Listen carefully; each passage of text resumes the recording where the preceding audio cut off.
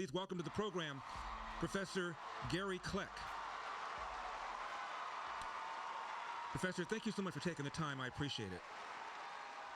Thanks for the invitation, Larry. Professor, how often do Americans use guns every year for defensive purposes?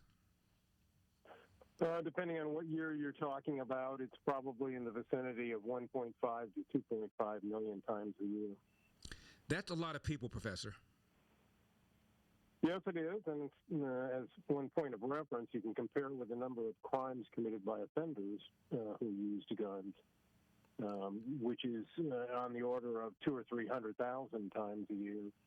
So it's considerably more often the case that a crime victim is using a gun for self-protection than the offender is using a gun for offensive purposes.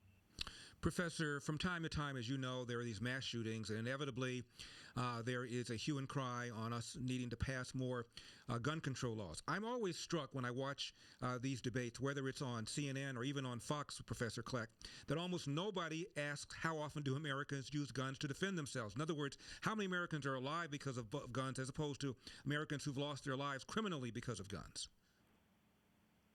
Yeah, I mean, you'd think any serious policy issue would consider both costs and benefits, both sides of the equation. And so defensive gun use ought to be a central part of the debate over gun control. But you're right. I mean, it's often simply ignored. Mm-hmm. Professor, you just heard Elizabeth Warren say, I would not feel comfortable being in a church where, quote, everybody whips out a firearm, close quote. I hear that kind of scenario all the time when you have discussions with people about whether or not they ought to be able to carry concealed weapons, that you're going to be in a public place and, quote, everybody whips out a firearm, quote, at the same time, close quote. What's your reaction when you hear something like that, Professor? Well, I think Senator Warren is sort of imagining a non-existent scenario. When people use guns for self-protection, they're almost always the only one using the gun for self-protection. And secondly, she's probably envisioning lead flying in all directions. That is, people are not just using in the sense of threatening an offender with a gun, but rather they're firing.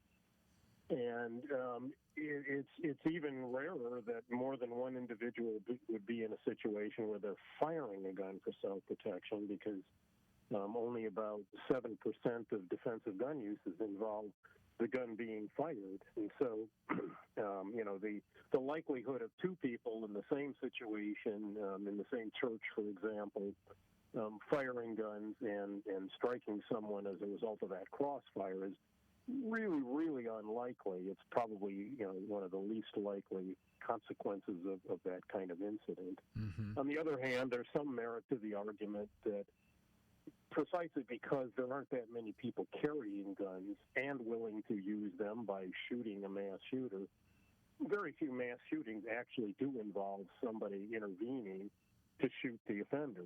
And it's pretty unusual, presumably because it's unusual that a gun-armed defender happens to be present and is willing to use their gun to shoot the mass shooter.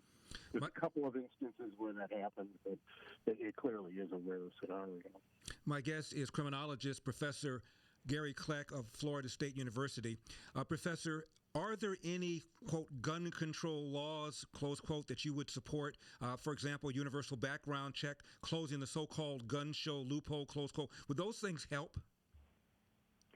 I'm in favor of, and have been for decades, extending background checks to private transfers of guns, which is basically what a universal background check is. Mm-hmm. Although I think advocates may exaggerate how likely that is to make a dent in crime. The problem is compliance.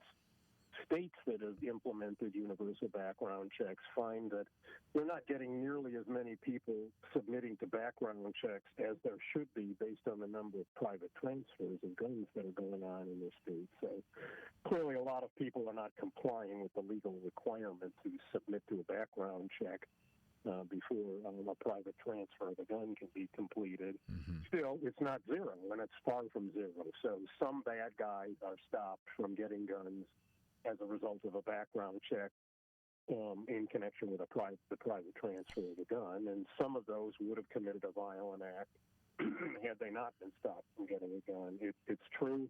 Usually criminals would get guns from sources that aren't subject to a background check. That much is true. But again, it's not zero. It's not non-existent. If they try to get a gun from a gun store, or in the case of a private transfer, they get it from some relative or friend who would submit the prospective buyer to a background check. And so